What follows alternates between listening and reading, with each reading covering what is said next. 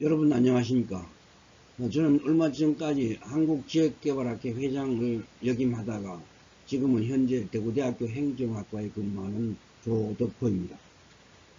오늘 말씀드릴 내용은 지난번 6월 1일자 영남일보에 실린 역구독 경제와 청년 취업 대책에 대해서 유튜브로 찍어서 여러분한테 말씀을 드리고자 합니다.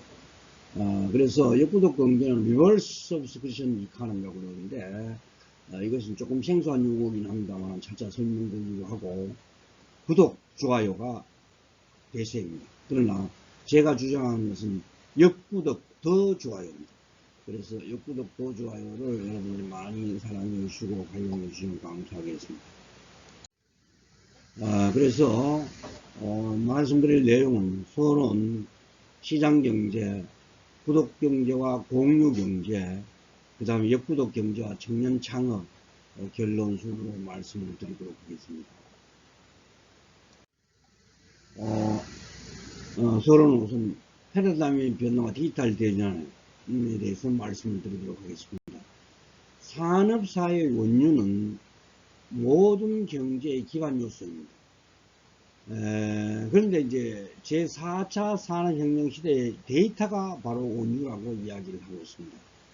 근데 문제는 우리가 지금 이제 비싼 석유와 공짜 데이터를 구체적으로 좀 설명을 드리면은 지금 러시아와 우크라이나의 전쟁으로 인해서 세계 식량위기와 함께 매일 원유값이 크게 인상되고 있습니다. 이처럼 국제적인 사태가 터질 때마다 원유 가격의 큰 변동은 세계 경제와 사회 질서를 어렵게 하고 있습니다.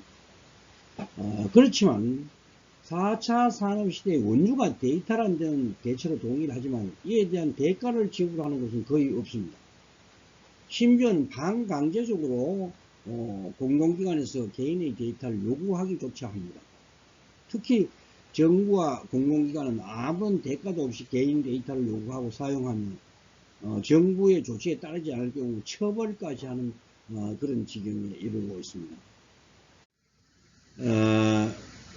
그래서 그 역구독 경제를 이야기하기 전에 우선 시장경제는 재화와 서비스를 시장에서 파고 사는 행위로서 일반적으로 배타적인 소비를 기반으로 하고 있습니다.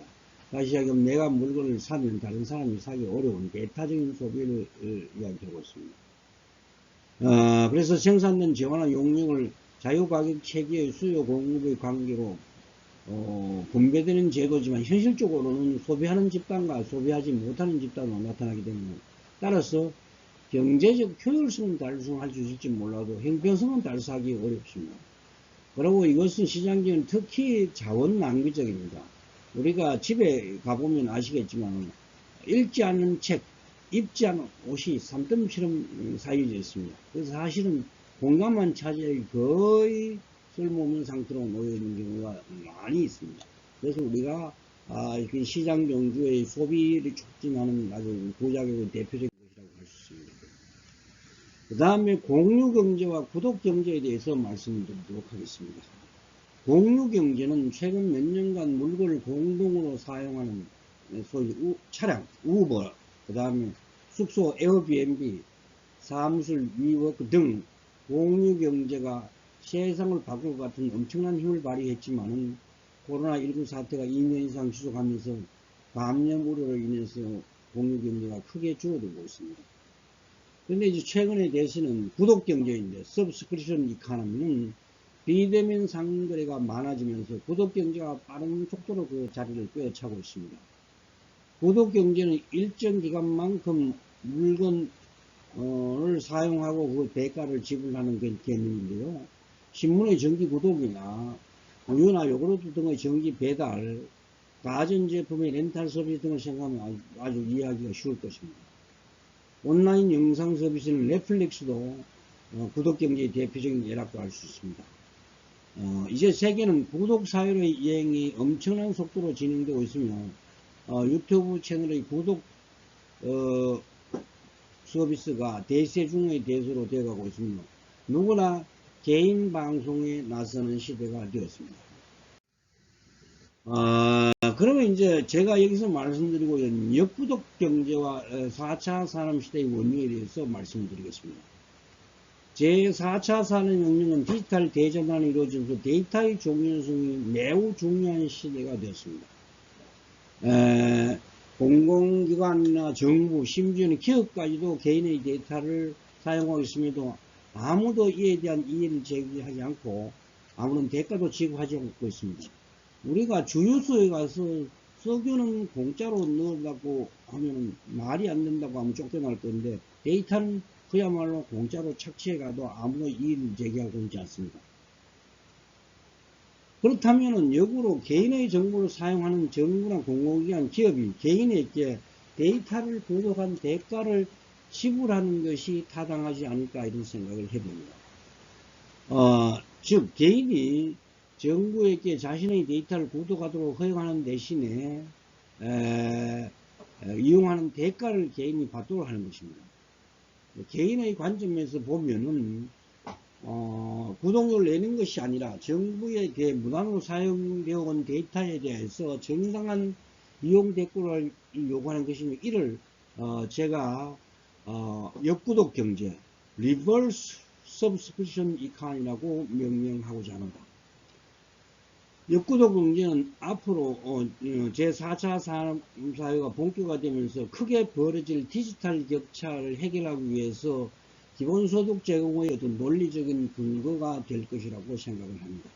그래서 우리가 왜 기본소득을 제공해야 되는지 그에 대한 논리적 근거가 상당히 미약했는데, 아마 역구독 경제가 바로 그것을 해결할 수 있지 않을까 하는 역구독 경제를 당장에 모든 분야에 보편적으로 적용하기는 어렵지만, 청년들의 취업 문제를 해결하는 데는 결정적으로 기여를 할 수 있다고 생각을 합니다. 청년들이 사는 지역에서 창업을 할 때 자신의 데이터를 정부가 이용하는 대가로 월소득을 중앙정부와 지방정부로도 보장받는 이른바 역구독 창업제도가 그 대표적인 예라고 할 수 있습니다. 이 제도가 마련이 되면 청년들은 누구나 취업 걱정 없이 자신이 좋아하는 분야에 창업할 수 있을 것이며, 수도권의 인구 집중과 주변 소멸을 해소하고 우리나라가 선도국으로 갈 수 있는 젊은이들이 도대체 취업 걱정하지 않고 자기의 개성과 창의성을 마음껏 발휘할 수 있는 그런 세상이 될 것이고, 우리나라가 선도국으로 도약할 수 있는 지름길이 될 것이라고 생각을 합니다. 그렇지만 이와 같은 정책 수행을 위해서는 예산의 뒷받침이 반드시 필요한데, 2022년 현재 190조 원에 달하는 연기금을 미래 세대에 투자하면 재원 조달이 충분히 가능할 것으로 생각이 됩니다. 특히 연기금은 결국 후세들이 부담해야 할 재원이기 때문에 이 자원이 청년들에게 청년 취업에 쌓인다는 것은 미래를 위해 투자하는 것이 세대 간의 고통 분담 차원에서도 바람직하지 않을까 하는 생각이 됩니다. 따라서 역구독 취업 정책은 반드시 실현되어야 될 것으로 생각이 됩니다.